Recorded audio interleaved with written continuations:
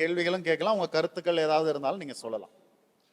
Uncle, can you just explain one more time about the crucifixion and its origin, where it came from? No, I couldn't get the. I mean, your voice was a little low, so can you explain a little more on that? Yeah. இந்த சிலுவை மரணத்தினுடைய துவக்கம் இது எங்க ஆரம்பிச்சது, எப்படி உருவானது என்பதை கொஞ்சம் கூட விளக்கி சொல்லுங்கன்னு கேட்டிருக்காரு. Okay. When we say crucifixion, when we think about the crucifixion, origin of the crucifixion, do not think the crucifixion as we see in the crucifix of Jesus, a pole and the crossbar, all those things, details. But using a wood, using a pole as an instrument of execution, and that was used in different ways. Sometimes in T-shape, or sometimes in X-shape, or sometimes a single pole, different ways. This use of poles as a tool of execution began, historically saying, it's originated from Assyrians. Okay, நான் சொல்லிடுறேன். Assyrians. Okay. மொழிபெயர்த்து விடுகிறேன். அதாவது இந்த சிலுவை மரணம், இந்த சிலுவையில அறைந்து கொலை செய்வது என்று சொல்லக்கூடிய இந்த தண்டனை முறையானது முதல்ல ஆரம்பிச்சது அசிரியர்கள் இடத்துல இருந்து தான் ஆரம்பித்தது. அசிரியர்கள் தான் இதை ஆரம்பித்தார்கள். சிலுவையில் அறையிறதுன்னு சொன்னோம்னா நம்ம எப்பயுமே ஒரு பிளஸ் வடிவத்தில் இது இருக்கும், ரெண்டு பேர் இப்படி ரெண்டு கையை இந்த பக்கத்தில் வச்சு அடிப்பாங்கன்ட்டு நம்ம அர்த்தம் எடுத்துக்கணும்னு அவசியம் இல்லை. சிலுவையில் அறையிறதுனா ஒரு மரத்திலே தூக்கி கொல்லப்படுவது, அதான் சிலுவையில் அறையிறது. வெறுமனே ஒரு சிங்கிள் மரமாக இருக்கலாம், அல்லது எக்ஸ் வடிவத்தில் இருக்கலாம், பிளஸ் வடிவத்தில் இருக்கலாம், எப்படி வேண்டுமானாலும் அவர்கள் சிலுவையில் அறைந்து கொலை செய்யப்படலாம். Okay. And the kid, அது அசிரியர்கள் இடத்துல இருந்து ஆரம்பித்தது. And the killing was all sorts of different ways. Maybe tomorrow we may be able to show some pictures, like sometimes a pole and both angles on both sides, or sometimes so different ways. அவை கொலை செய்யப்படக்கூடிய அந்த poster, அந்த விதம் கூட வேற வேற மாதிரி இருக்கும். ஒரு சில நேரத்துல கை இப்படி இருக்கும், ஒரு சில நேரத்துல கை மேல இருக்கும், வேறு வேறு விதமாய் அவர்கள் கொலை செய்யப்படுவார்கள். So some changes and some additions came, and that's the way it was developed. அவை நாட்கள் சில அதனுடைய முறை கொஞ்சம் கொஞ்சமா மாறிச்சு. ஒருத்தர் இந்த மாதிரி அடிப்பாங்க, வேற ஒருத்தர் வேற மாதிரி அடிப்பாங்க. Some sources say that from 900 BC to 600 BC it was a common method of execution in Syria, by the Assyrians. அசீரியர்களை பொறுத்த வரைக்குமாக கிமு 900 ஆண்டு முதல் கிமு 600 ஆண்டு வரைக்குமாக, அந்த 300 வருடங்கள் இடைப்பட்ட காலத்துல பொதுவாக அநேகரை அவர்கள் சிலுவையில் அடித்து கொலை செய்திருக்கிறார்கள். And then from them it is supposed that is Phoenicians and Persians adopted that mode of execution. அதற்கப்புறமாக அந்த அசீரியர்கள் இடத்திலிருந்து அந்த பெர்சியர்கள், பொனீஷியன்ஸ் என்று சொல்லக்கூடிய கூட்டத்தார், இவர்கள் இந்த தண்டனை முறையை கற்றுக்கொண்டார்கள். Okay, in the case of Persians, we have very limited resources, extended resources available, but there are sources that Persians also used it as a method of execution. அவை கொலை செய்வதற்கு பெர்சியர்களும் இதை பயன்படுத்தியார்கள் என்பதற்கு ஆராய்ச்சி கட்டுரைகள் எல்லாம் பார்த்தால் கொஞ்சம் தரவுகள் தான் இருக்கிறது, ஆனால் அவர்களும் அதை செய்திருக்கிறார்கள். Okay, and Phoenicians, they were traveling far and wide because they were of course geographically you can imagine that they were closer to the Mediterranean Sea and present day Lebanon, and they used to travel, even from the time of Elijah also Phoenicians were even writing started by the Phoenicians. They were so well developed people. அதை கற்றுக்கொண்ட இன்னொரு கூட்டத்தார் இந்த Phoenicians என்று சொல்லக்கூடியவர்கள், இவர்கள் பயணம் செய்யக்கூடியவர்கள், கடல்ல அதிகமாக பயணம் செய்வார்கள், கப்பல் பயணம் செய்வாங்க. ஏன்னா அவங்க மத்திய தரைக்கடல் பக்கத்திலே அவங்களுடைய நாடு இருக்கிறது. ஆகவே அவர்கள் கற்றுக்கொண்டு பல இடங்களுக்கு பயணம் செய்கிறார்கள். எலியாவினுடைய நாட்களிலே கூட அவர்களை குறித்து வாசிக்கிறோம், அவர்கள் பயணம் செய்த காரியங்கள் எல்லாம் இருக்கிறது. Okay, and Phoenicians began a civilization in a place called Carthage. அதற்கப்புறமாக இந்த பினிஷியர்கள் பயணம் செய்து கார்த்தேஜ் என்று சொல்லக்கூடிய ஒரு இடத்துக்கு போய் அங்கே உள்ள மக்களுக்கு இந்த தண்டனை முறையை கற்றுக் கொடுக்கிறார்கள். That was a developed civilization, and from them Romans, it is very closer. If you just see the map, you can see that part is very closer. Tunisia and Italy and all, that is not very far, like the eastern part of Mediterranean. அதாவது இந்த Carthage என்று சொல்லக்கூடிய இடம், இந்த Tunisia என்று சொல்லக்கூடிய இடமானது ஆப்பிரிக்காவினுடைய வடபகுதியில நார்த்ல இருக்கு.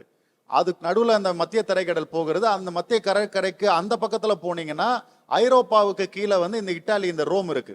So இங்க இருந்து அங்க இருக்கிறவங்களும் இதை கத்துக்கிட்டாங்க. Okay, when Rome became powerful, all these places, Assyria and Persia, present day Iran and Lebanon, or the Phoenician and the entire northern part of Africa were under their rule. அதற்கப்புறமாக ரோம சாம்ராஜ்யம் ஒரு வலுவான சாம்ராஜ்யமாக உருவெடுத்தது. அவர்கள் அப்படிப்பட்ட பெரிய ஆட்சியாளர்களாக மாறின போது இந்த பொனிஷியர்கள், இந்த துனிஷியாவில் இருக்கக்கூடியவர்கள், இந்த கார்த்தீசியன்ஸ், இவர்கள் எல்லாருமே ரோம அரசாளுமைக்குள்ளாக வந்து விட்டார்கள். So the crucifixion became very, very well established as a mode of execution, well established in the Roman Empire, because in different parts it was well accepted, you know. So that's how by the first century it became so common. ஆகவே ரோமர்களுடைய கட்டுப்பாட்டுக்குள் இருக்கக்கூடிய எல்லா இடங்களிலும் யாராவது ஒரு பெரிய குற்றவாளியை தண்டிக்க வேண்டும் என்றால் அவர்கள் சிலுவையில அறைந்து தண்டிப்பது என்பது ஒரு முறையாக மாறிவிட்டது. அப்படித்தான் முதல் நூற்றாண்டில் இந்த சிலுவை மரணம் மிகவும் பிரபலமான ஒரு கொலை செய்யக்கூடிய ஒரு விதமாக மாறினது. If you search in the web, you can see Spartacus. Under the leadership of Spartacus, there is about 6,000 slaves who agitated against the empire were killed in the side of the long street in one stretch. ஆகவே இந்த It was so common. ஸ்பார்டேக்கஸ் என்று சொல்லக்கூடிய ஒரு ஆட்சியாளராக இருந்தபோது அப்போது சில அங்க இருக்கக்கூடிய அடிமைகள் எல்லாம் சேர்ந்து அவர்கள் கலகம் பண்ணினார்கள். அவர்களை அடக்கி ஒடுக்க வேண்டும் என்பதற்காக ஏறக்குறைய 6,000 அடிமைகளை வரிசையாக அப்படியே சிலுவையில் அறைந்து கொலை செய்தார்கள்.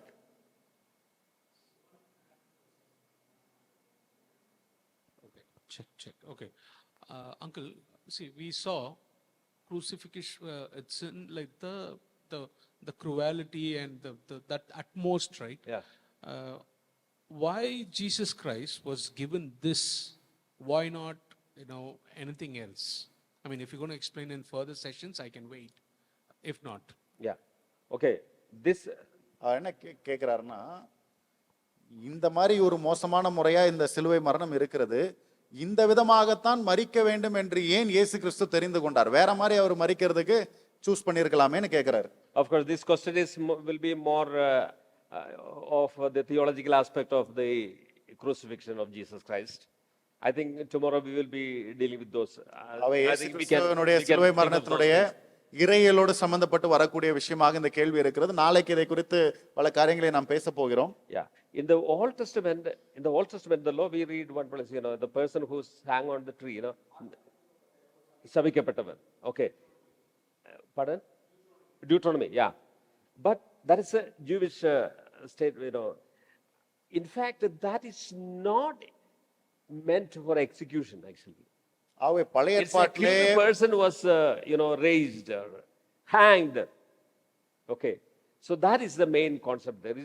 Because for Jews, execution, the killing on the tree was, hanging on the tree was not a mode of execution. But it was, of course, it was a mode of display of the body after death. ஆகவே பொதுவாக Anyway, it is cursed. That is the point. யூத கலாச்சாரத்திலே பழைய ஏற்பாட்டிலே கூட ஒரு வசனம் வருகிறது. மரத்திலே தூக்கப்பட்டவனும் சபிக்கப்பட்டவனா இருக்கிறான்னு சொல்லி ஒரு வசனம் வருது. ஆனா பொதுவா அந்த மாதிரி வசனம் இருந்தா கூட ஒரு மனிதரை கொலை செய்வதற்காக பயன்படுத்துறது கிடையாது. அந்த மரத்துல தூக்குறது, சிலுவையில் அடையிறதுன்றது. பொதுவா யூதர்கள் என்ன பண்ணுவாங்கன்னா, அது ஒரு அவமானப்படுத்துறதுக்காக, ஒரு அவமான சின்னமாக ஒரு ஆள் செத்து போன பிற்பாடு அவரை வந்து ஒரு மரத்துல தூக்கி ஒரு டிஸ்பிளே மாதிரி வைப்பாங்க. அது ஒரு சாபத்துக்கான ஒரு அறிகுறி. When we come to the New Testament, Jesus came to that accursed level. That's the point that we can explain that tomorrow. ஆகவே புதிய ஏற்பாட்டுக்கு வரும்போது ஆண்டவராகிய இயேசு கிறிஸ்து அதை ஏற்றுக்கொண்டார். அதை குறித்து நாளைக்கு நம்ம விளக்கமாக பார்க்கலாம். Of course, please, you have freedom to add something more to it also. Okay. நீங்க வேற கேள்விதான் கேட்கணும்னு இல்ல, நீங்க ஏதாவது உங்களோட கருத்தை சேர்த்து சொன்னாலும் சொல்லலாம். Yeah, okay. கேள்வியும் கேட்கலாம். கேள்வி. இயேசு கிறிஸ்து என்னுடைய பாவத்துக்காக எப்படியெல்லாம் அடிக்கப்பட்டாரு, ஒரு குற்றவாளிக்கு எப்படியெல்லாம் தண்டனை தரணுமோ அப்படியெல்லாம் அவருக்கு தண்டனை கொடுத்தாங்க. ஓகே. ஆனால் யூதருடைய ராஜா என்று சொல்கிறவர்கள் இவரை ஏன் சிலுவையில் அறையன்னு சொல்கிறாங்க. இவர் வந்து யூதருடைய ராஜானா ஒரு ராஜஸ்தானத்தில் தான் வச்சு பார்க்கறது போல். ஒன்று அவருக்கு கீழ்ப்படியணும், இல்லைனாக்கா அவருக்கு மரியாதை கொடுக்கணும். ஆனால் இவரை வந்து ரொம்பவும் இதுவாக சொல்லி அவரை சிலுவையில் அறைய சொல்கிறாங்க. Okay, see, that context we have to understand. ஆகவே அந்த பின்னணி என்ன என்பதை நாம் புரிந்து கொள்ள வேண்டும். You want to repeat the question? அதாவது அவர் கேள்வி என்னன்னா, யூதருடைய ராஜான்ட்டு மக்கள் சொல்றாங்க, அப்படி சொல்லிட்டு அவரை போய் எதுக்கு சிலுவையில் அறைய சொல்றாங்கன்னு கேட்கிறாரு. Okay. See, the context is this. See, Jewish people had a very strong body of judges. That is called Sanhedrin. ஆகவே யூத மக்கள் அங்கே நியாய தீர்ப்பு கொடுக்கும்போது அவர்களுக்கென்று ஒரு ஆட்சி முறை, ஒரு நீதிமுறை இருந்தது. அதான் அந்த சனகரிப் சங்கம். Okay. ஆலோசனை சங்கம். Okay. Under the rule of Rome, Sanhedrin did not have authority to sentence someone to death. ஆகவே ரோம ஆட்சியாளர்களுக்கு கீழே யூதர்கள் இருக்கிறபடினாலே யூதர்கள் வந்து சின்ன சின்ன பிரச்சனைக்கு அவங்களே தண்டனை கொடுத்துப்பாங்க. ஆனா ஒருவருக்கு மரண தண்டனை கொடுக்க வேண்டும் என்றால் அதை இந்த ஆலோசனை சங்கத்தால் செய்ய முடியாது. So they needed permission from Roman governor who was assigned in that region. That is Pilate. அந்த இடத்துக்காக அங்கே நியமிக்கப்பட்டிருக்கக்கூடிய ரோம ஆட்சியாளருடைய அனுமதியோடு தான் மரண தண்டனை கொடுக்க வேண்டும். அதுதான் அன்றைக்கு இருந்த பிலாத்து. Now the Jewish priests and the Sadducees, they wanted to kill Jesus. ஆனால் இந்த யூத ஆசாரியர்கள் சதுசேயர்கள் எல்லாம் இயேசு கிறிஸ்துவை கொலை செய்ய வேண்டும் என்று முடிவெடுத்து விட்டார்கள். Now in order to secure permission to kill Jesus, they wanted permission from Pilate. ஆகவே இயேசு கிறிஸ்துவை கொலை செய்ய வேண்டும் என்று சொன்னால் முதலாவது அவர்கள் பிலாத்துவின் இடத்திலிருந்து அனுமதி பெற வேண்டும். If the Jewish priests go and tell, say he is preaching against our law, Pilate will say no, that is not something worthy that he should be. யூத மத குருமார்கள்லாம் போய் பிலாத்து கிட்ட போயிட்டு இவர் எங்களுடைய நியாய பிரமாணத்துக்கு விரோதமா என்னென்னமோ பேசுறாருங்க, இவருக்கு மரண தண்டனை கொடுக்கணும்னு சொன்னா பிலாத்து ஒத்துக்க மாட்டாரு. Because he is a Roman, he is a Gentile, you know. ஏனென்று சொன்னால் அவர் ஒரு புறஜாதி, அவர் ஒரு ரோமர் அல்லவா. But ஆனால் if Jesus says I am the king of Jews, that implies that Jesus is organizing people to fight against Rome and Roman Caesar. So naturally Pilate have to eliminate Jesus. ஆகவே இயேசு கிறிஸ்து தன்னை யூதருக்கு ராஜா என்று சொல்லிக் கொள்ளும் போது இது பிலாத்துவுக்கு ஒரு ஆபத்தை ஏற்படுத்தும். இவர் ஒரு குரூப்பை ஃபார்ம் பண்ணி இவர் ஆட்களை கொண்டு வந்து இவர் ராஜாவாயிட்டு அவருடைய அதிகாரத்துக்கு சவால் விட போகிறார் என்றதான ஒரு தோற்றத்தை இவங்க உண்டாக்குறாங்க. So under the leadership of Jesus, the Jewish people are going to be free. So that is the picture the Jewish priests wanted to bring to the Pilate. ஆகவே இந்த யூத குருமார்கள் பிலாத்துவின் இடத்துல என்ன சொல்றாங்கன்னு சொன்னா, அதை பாருங்க, இந்த இயேசுன்றவர் வந்து அவர் ஒரு கூட்டத்தை சேர்த்துக்கிட்டு அவர் ஒரு ராஜான்னு சொல்லிட்டு இருக்கிறார், நாளை பின்ன உங்களுக்கு பிரச்சனை ஆயிரும், உங்களுக்கு எதிராக கூட்டத்தை திரட்டிட்டு வந்துருவாருன்ற மாதிரி ஒரு காட்சியை உண்டாக்குறாங்க. In order to get permission, to get the order from Pilate, they used a trick that. ஆகவே பிலாத்து எப்படியாவது இவருக்கு மரண தண்டனை கொடுக்கணும், அதுக்கு என்னெல்லாம் சதி வேலை பண்ண முடியுமோ பண்ணி இந்த மாதிரி கொண்டுறாங்க. Jesus when Jesus said that I am the king, Jesus the king of Jews, that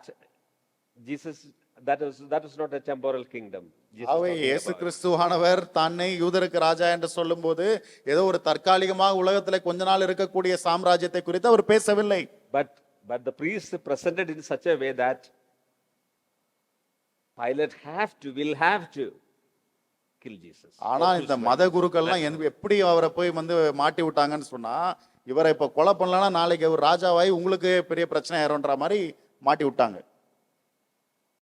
so அப்போ அப்படி பிரதான ஆசிரியருக்கு வந்து ஒரு மனுஷனை கொல்றதுக்கு அந்த ஆலோசனை சங்கத்துக்கு ரைட்ஸ் இல்லை அப்படின்னா, ஸ்தேவானுடைய இன்சிடெண்ட்டில் அவங்க வந்து அதை இமீடியட்டாக பண்ணுறாங்களா அங்கிள்? ஏன்னா அப்போஸ்தலர் 7:1 இருக்கும்போது பிரதான ஆசிரியருடைய சங்கத்தில் தான் கூடி எல்லோரும் பேசுகிறாங்க. ஸோ அந்த சாப்டரோட எண்டில் ஸோ அவர் சொல்லி முடிக்கும் போது அவங்களே இமீடியட்டாக எந்த ஒரு ரைட்ஸ் ஆக்ஷன்ஸ் எதுவுமே எந்த இதுவுமே பர்மிஷன் வாங்காம அவங்க வந்து கல்லெறிஞ்சு கொள்றாங்களே. Yeah. The difference between Stephen's death and Jesus' death is this. இயேசு கிறிஸ்துவனுடைய மரணத்துக்கும் ஸ்தேவானுடைய மரணத்துக்கும் இருக்கிற வித்தியாசம் இதுதான். In Jesus' case, public mob was never against Jesus. Nobody wanted to kill Jesus because he was doing good things, for the people. But in the case of Stephen, the people were against Jesus actually. Against Stephen. To kill Jesus. இயேசு கிறிஸ்துவனுடைய காரியத்திலே பொதுமக்கள் சாமானியர்கள் யாருமே இயேசு கிறிஸ்துவுக்கு எதிராக எல்லாம் இருக்கவில்லை. அது ஒரு கூட்டம் அவர்கள் சதித்திட்டம் தீட்டினார்கள், அவர்கள் மாத்திரம்தான். ஸ்தேவானுடைய விஷயத்தை பார்க்கும்போது அங்கே கூடியிருந்த மக்கள் எல்லாருமே ஏதோ ஒரு விதத்தில் ஸ்தேவானுக்கு எதிராக இருந்தார்கள். Okay, it was not a legal killing. Stephen's death was not a legal killing actually. ஸ்தேவானுடைய மரணமும் கூட சட்ட பிரகாரமான மரணம் கிடையாது. Now in the case of Jesus, you might think that all the crowd said crucify him. நீங்க ஒருவேளை நினைக்கலாம் இயேசு கிறிஸ்துனுடைய மரணத்தின் போது கூட அங்க இருக்கக்கூடிய ஜனக்கூட்டம் எல்லாம் அவரை சிலுவையில் அறையுங்கள் என்று கூக்குரலிட்டார்களே. But you have to understand the context. ஆனால் அதனுடைய பின்னணியை நீங்கள் புரிந்து கொள்ள வேண்டும். That when was Jesus brought into the before Sanhedrin? எப்போது ஆண்டவர் இயேசு கிறிஸ்து அந்த ஆலோசனை சங்கத்துக்கு முன்பாக நிறுத்தப்பட்டார்? In the night. ராத்திரியிலே. Early in the brought before the high priest. அவர் அங்கே from the Gethsemane in the night itself. கெத்செமனேயிலே அவரை பிடித்துக்கொண்டு ராத்திரியிலே அந்த ஆசாரியனுக்கு முன்பாக நிறுத்துகிறார்கள். Next first opportunity they wanted to make use of, so they gathered the Sanhedrin gathered the night in order to kill a person, but it was never legal for at that day. அவர்கள் ராத்திரியோடு இரவாக இதெல்லாம் செய்தார்கள். ஆனால் அந்த காலகட்டத்திலே இதெல்லாம் சட்டப்பூர்வமானதே கிடையாது, அநீதியாய் நடந்தது. Okay, then he was sent to Pilate. அதற்கப்புறமாக our பிலாத்துவினிடத்துக்கு அனுப்பப்படுகிறார். See that he was sent to Herod. அதற்கப்புறமாக ஏரோதுவினிடத்துக்கு அனுப்பப்படுகிறார். Okay, everything happened. Okay, when Jesus was crucified, at what time? இது எல்லாமே நடக்கிறது. அங்குமிங்குமாக அவர் அலைக்கழிக்கப்படுகிறார். எந்த நேரத்தில் இயேசு கிறிஸ்து சிலுவையில் அறையப்பட்டார்? What is written? மூணாமணி means, third hour means மூன்றாம் மணி நேரத்தில் அவர் சிலுவையில் அறையப்படுகிறார். At 9 a.m. மூன்றாம் மணி நேரம் என்று சொன்னால் காலையில 9 மணிக்கு அவர் சிலுவையில் அறையறாங்க. Okay, so even before that he was, once Pilate gave the order, they beat him. பாருங்கள், they flogged him. பிலாத்து அந்த தண்டனை அறிவித்த உடனேயே வாரினால் அடித்து விட்டார்கள். Okay, சரியா? It takes a lot of time. அதற்கு அதிகமான நேரம் தேவை. After that, அதற்கப்புறமாக he was carrying the cross and passing through that, what is that called? கோல்கதா மலை. Yeah. அவர் அந்த சிலுவையை சுமந்து கொண்டு அந்த கோல்கதா மலை வழியாக அவர் அங்கே நடந்து கொண்டு போகிறார். Yeah, Via Dolorosa, that what is called. Yeah. So that takes time. அதற்கும் அதிகமான நேரம் தேவைப்படுகிறது. Even after all these things, Jesus was crucified exactly on 9 o'clock. ஆனால் இந்த காரியங்கள் எல்லாம் சம்பவித்தாலும் கூட சரியாக 9 மணிக்கு இயேசு கிறிஸ்து சிலுவையில் அறையப்படுகிறார். Then think, when did Jesus was brought before Pilate? அப்ப யோசிச்சு பாருங்க, எந்த நேரத்துக்கு பிலாத்துவுக்கு முன்பாக இயேசு கிறிஸ்துவை கொண்டு வந்திருப்பாங்க? Very early morning. அதிகாலை நேரத்திலேயே.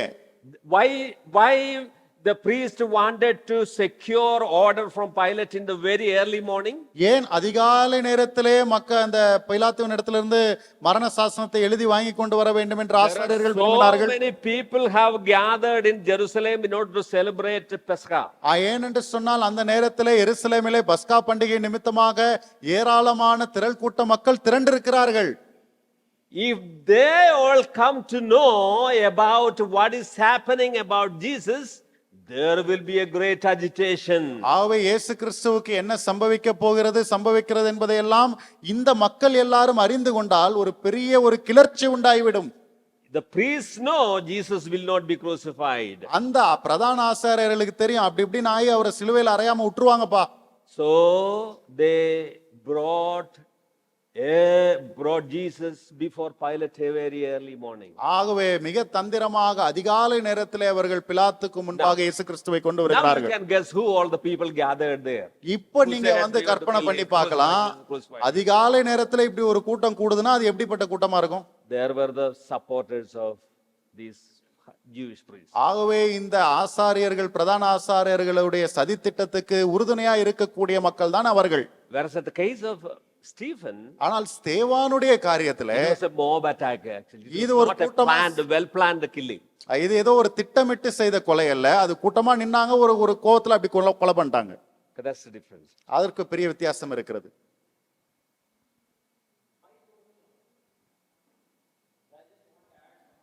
Yes, please.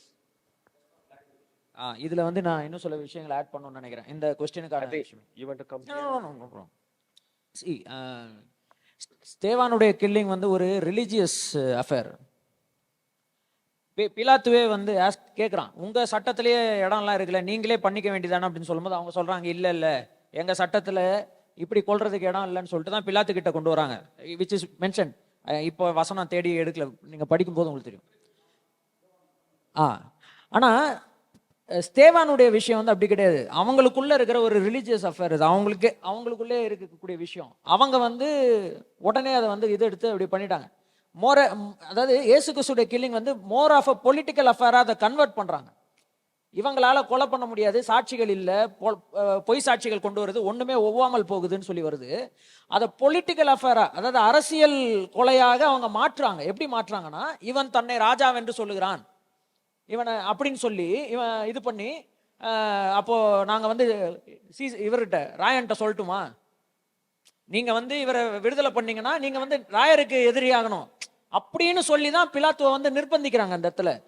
அதுக்கு சப்போர்ட் பண்றதுக்கான கூட்டத்தை அவங்க கூட்டியிருப்பாங்கன்னா எப்படி கூட்டியிருப்பாங்க அந்த சிச்சுவேஷன். ஸோ இந்த ரெண்டு கில்லிங்குமே இது ஈவன் அந்த ஸ்தேவானை கொலை பண்ற மாதிரி யூதர்கள் வந்து அந்த காலத்துல வந்து ரிலீஜியஸ் கில்லிங் வந்து நிறைய பண்றாங்க. இப்போ உதாரணத்துக்கு யோவான் 8 அந்த பெண்ணை வந்து கையும் களமா பிடிச்சிட்டு வந்து கல்லறிஞ்சு கொள்றதுக்கான அந்த விஷயங்களை முன்னெடுக்கிறாங்க. அதெல்லாம் வந்து பாத்தீங்கன்னா அவங்களுக்குள்ள ஏதோ நடக்குதுன்னு விட்டுருவாங்க. அது வந்து லீகலா சட்டப்பூர்வமா இயற்றப்படக்கூடிய சிலுவை முறை வந்து யூதர்களுக்கு கிடையாது. அப்படிப்பட்ட கொலையை வந்து யூதர்களால் செய்ய முடியாது. அவங்க வந்து அதை சட்டப்படியா தான் பண்ணி ஆகணும். அதனால அங்க ஒரு சூழ்ச்சியவே அவங்க ஏற்படுத்தும். And interestingly, Stephen was killed by stoning.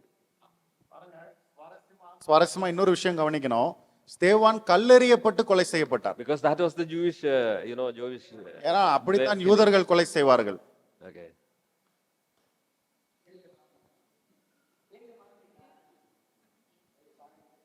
அதான் இப்ப இயேசு கிறிஸ்து வந்து திட்டம் போட்டு கொலை பண்ணப்பட்டாரு அப்படின்னு சொல்றாங்க. இது தேவனுடைய திட்டமா இல்ல மனுஷனுடைய திட்டமா? ஏன்னா அவர் ஒரு இடத்த சொல்றாரு யூதாஸ் காரியத்தை பற்றி, மனுஷகுமாரன் வந்து எழுதப்பட்டபடி போய்கிறார், காட்டி கொடுக்கிறவனுக்கு ஐயோன்னு சொல்லி சொல்றாரு. அப்ப இது மனுஷனுங்க வந்து இவ்வளவு கொடூரமான ஒரு தண்டனை அவர் கொடுத்திருக்காங்கன்னா இது யாருடைய? That is God's plan or human plan? Yeah. Yeah. Just as we said about this brother's question, this maybe we can discuss tomorrow, maybe. Yeah. இது இந்த காரியங்கள் எல்லாம் நாளைய தினத்திலே நம்ம ஆழமாக சிந்திக்க போகிறோம். Today actually what we were trying to understand is, இன்னைக்கு நம்ம படித்து புரிந்து கொள்ள முற்பட்ட காரியம் என்னவென்றால், what the crucifixion looked like for a person who lived at that time. அந்த நாள்ல 2000 வருஷம் முன்னாடி வாழ்ந்த ஒரு மனுஷனுக்கு சிலுவை மரணம்னா என்ன, அவன் மைண்ட்ல என்ன இருக்குன்றதை தான் இன்னைக்கு நம்ம பார்த்தோம். The main 2 points. இரண்டு முக்கியமான குறிப்புகளை நான் சொன்னேன். The gruesome kind of agony. முதலாவது ரொம்ப நீடித்து இருக்கக்கூடிய ஒரு மோசமான வேதனை, ஒரு கொடூரமான அனுபவம். Second thing. இரண்டாவது விஷயம் humiliation. ஒருத்தரை ரொம்ப மட்டப்படுத்தி கீழ்ப்படுத்துறது. And the society, at that time, society could not, it was a stigma. அந்த நாட்களிலே வாழ்ந்த ஒரு சமுதாயத்துல இது ஒரு விதமான ஒரு குறியீடு. A person was stoned and killed, that is different.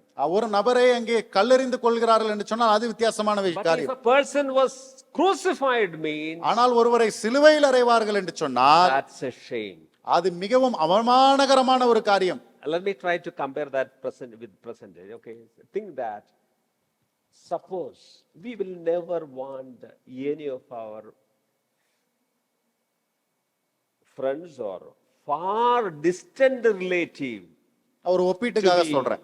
to be executed for some crime, some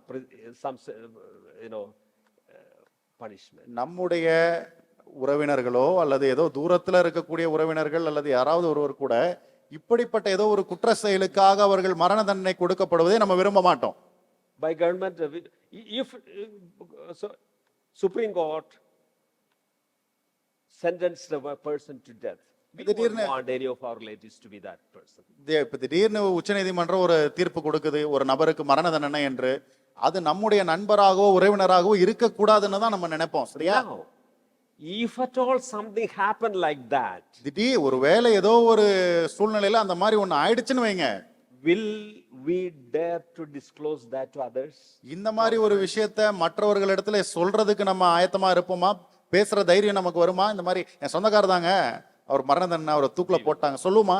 We will not. சொல்ல மாட்டோம். Because it is so humiliating. ஏனென்றால் அது நமக்கே அவமானமா இருக்கும் அதை வெளியே சொல்றதுக்கு. So that was the situation at that time. அவை அந்த சூழ்நிலை தான் அன்னைக்கு இருந்துச்சு.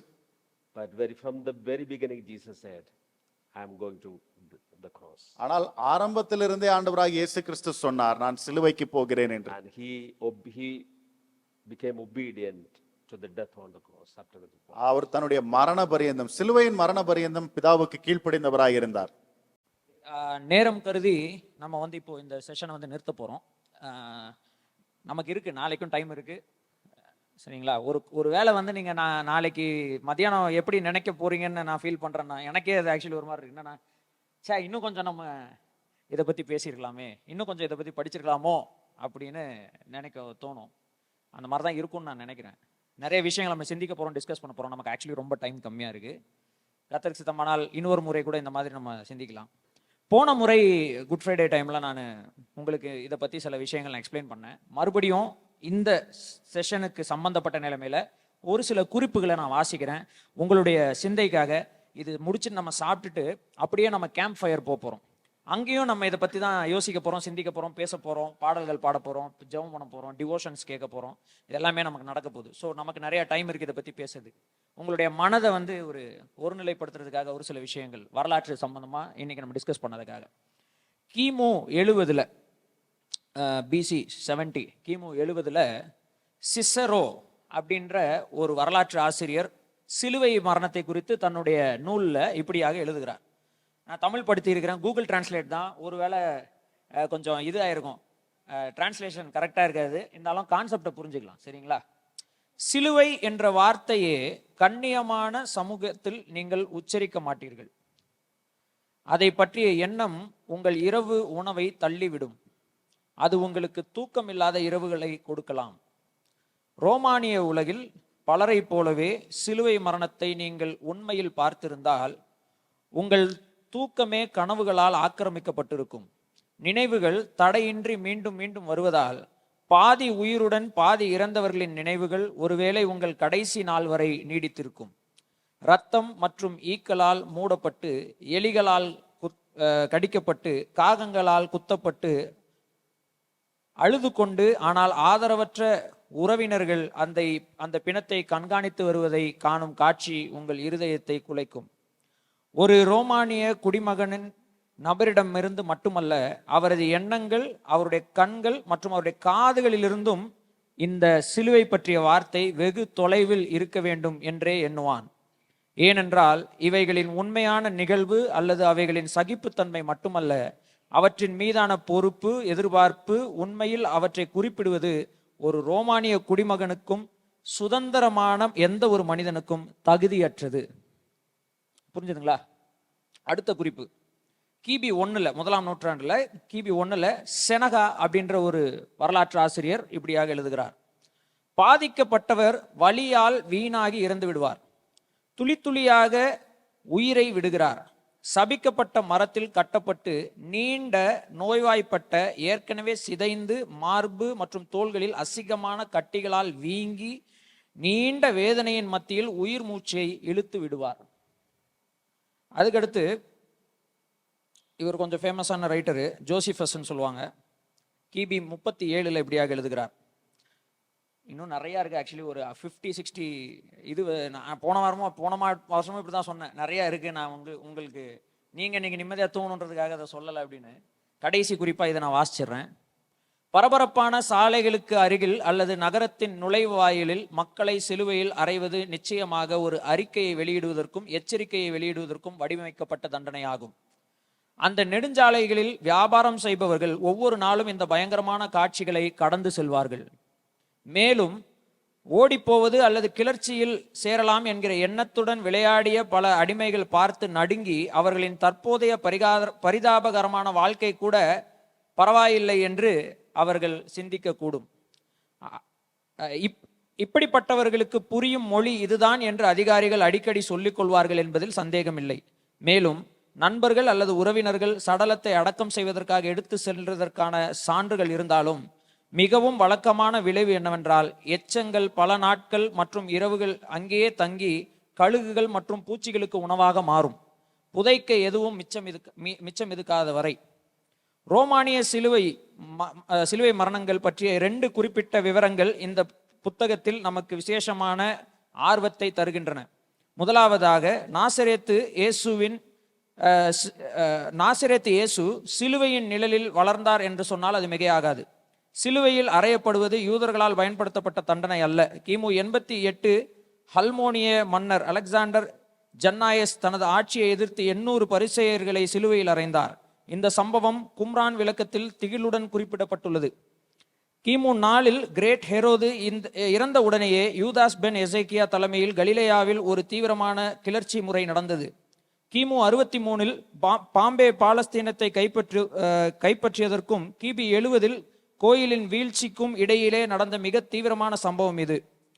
அந்த நேரத்தில் சீரியா மாகாணத்தில் பொறுப்பாக இருந்த ரோமானிய ஜெனரலாக இருந்த வரஸ் ரோமானியர்கள் சிறப்பாக இந்த தண்டனையை செய்ததாக சொல்லுகிறார். அவர் கிளர்ச்சியை கொடூரமாக நசுக்கினார். சுமார் 2000 கிளர்ச்சியாளர்களை சிலுவையில் அறைந்தார். இயேசுவின் சிறு வயதிலிருந்தே கலிலேயா ரோமானியா சிலுவைகளை அவர் கண்டே வளர்ந்தார். இப்படின்னு ஜோசிஃபஸ் அவருடைய புஸ்தகத்தில் எழுதிட்டு இருக்கார். ஸோ இயேசு கிறிஸ்துவானவர் நான் எப்படிப்பட்ட மரணத்தை நான் அடைய போறேன் அப்படின்றத அவர் பார்த்தே வளர்ந்துருக்கிறார். விஷுவலா அதை அவர் விஷுவலைஸ் பண்ணியிருப்பாரு. தன்னுடைய சீஷர்கள்ட்ட சொல்றாரு. இப்படி விஷயங்கள் எல்லாம் நம்ம வேதாமத்தில் பார்க்குறோம். இன்னைக்கு அவ்வளவு கொடூரமான தண்டனை அனுபவித்த கர்த்தராகிய இயேசு கிறிஸ்துவானவர் நமக்காக அந்த தண்டனையை ஏற்றுக்கொண்டு மரித்து அடக்கம் பண்ணப்பட்டு 3ஆம் நாள் உயிரோடு எழுந்தவராக சிலுவையில் அவர் இல்லையா? அப்படிதானே நம்ம வாசிக்கிறோம். அவர் இங்கே சிலுவையிலும் இல்லை, கல்லறையிலும் இல்லை. அவர் இன்றைக்கு எங்க இருக்கிறார்? உயிர்த்தெழுந்தார், நம்மோடு இருக்கிறார், இன்னைக்கு இருக்கிறார். டியூ திங்க் இல்லையா? இப்போ யோசிச்சு பாருங்க. இப்போ நாம அவருடைய மரணம் எப்படி இருந்திருக்கும், அன்னைக்கு உண்மையாலுமே அவருக்கு என்ன நடந்திருக்குன்றதை யோசிச்சுட்டு இருக்கோம். அவர் இப்போ நம்ம மத்தியில் இருக்கிறாரு. அவர் என்ன நினைச்சிட்டு இருப்பாரு?